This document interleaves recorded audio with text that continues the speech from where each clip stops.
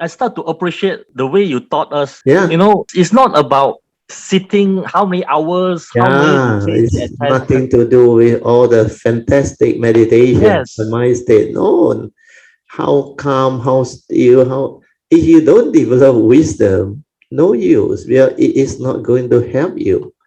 All these are experiences, nothing to do with the Dhamma. The Dhamma is about awakening, about developing wisdom, understanding, to insight into phenomena, to develop the clear understanding so that we are not deluded, so that we have clarity, that we see through delusion, that we understand clearly who are we, what is this universe all about, what are the nature's law that governs life and existence, what are the essential Dhamma, the truth.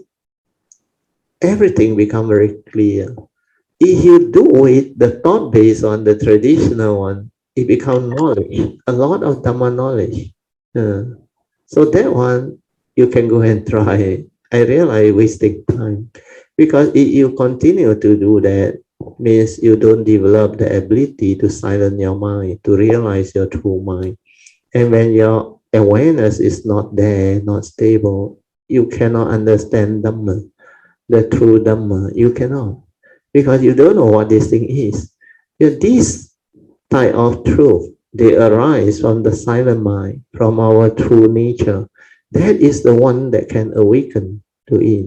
It is not from the thought. Those who use thought-based meditation and training, the thought itself is an instrument that is limited. Your thought cannot see beyond thought, cannot realize something that is beyond thought, beyond mind. That's why you have to be silent, completely silent, to be aware, to be sensitive, to observe clearly. Then not to allow the memory, the views, the opinion, the conditioning, your whatever accumulated memory, your scars of memory, your fear, your anxiety, your phobia, all this will not come in and interfere. Otherwise, that become delusion. We are acting according to memory is to act from your fear, your insecurity, your whatever phobia, scars of memory, your views, your opinion, your conditioning, your belief system, and even your own selfishness, your own greed, your own fear. All these are the evil roots. So acting according to memory is not acting at all because you are acting from delusion, from sakkayaditi, from evil roots. That's why that one actually trap the living being. That one create more fear, more doubt, more insecurity. And that one attach and cling to words, Dhamma words. The true Dhamma is beyond word, beyond thought. It's an understanding that you have to awaken to. It's not a knowledge that you commit to memory. You cannot retrieve Dhamma just like that. That's why I always share your wisdom is you have means you have. It's in your nature. After you awaken, after you have seen it or awakened to it or insight into it, that one will never be lost. It's always there.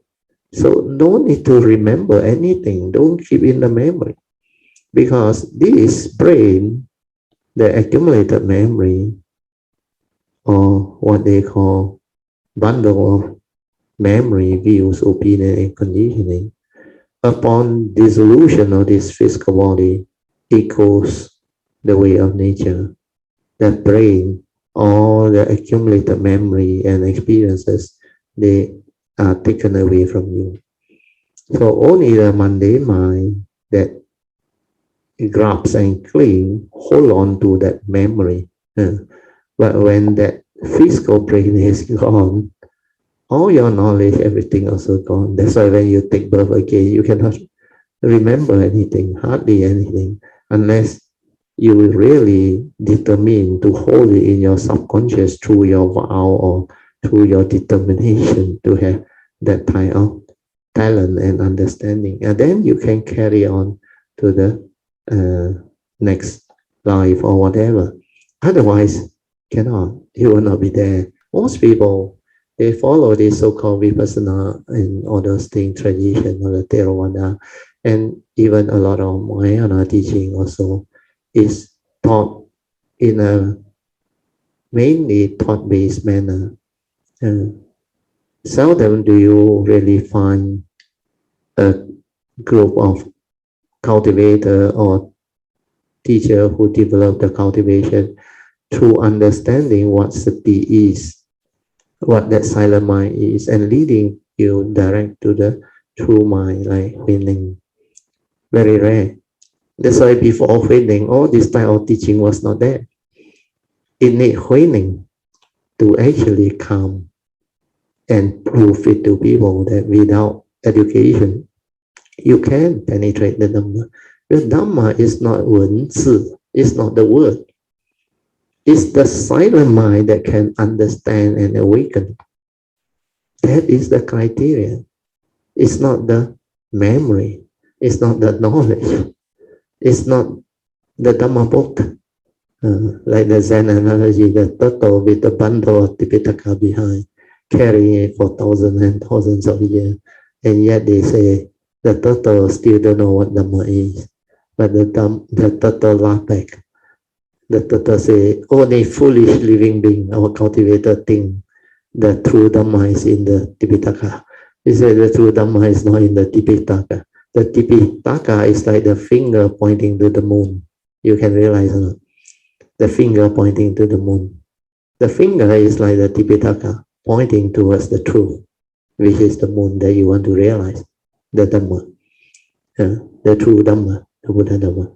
So if you want to realize what is the true teaching or the true Dhamma, which is to realize the moon, you have to look beyond this finger.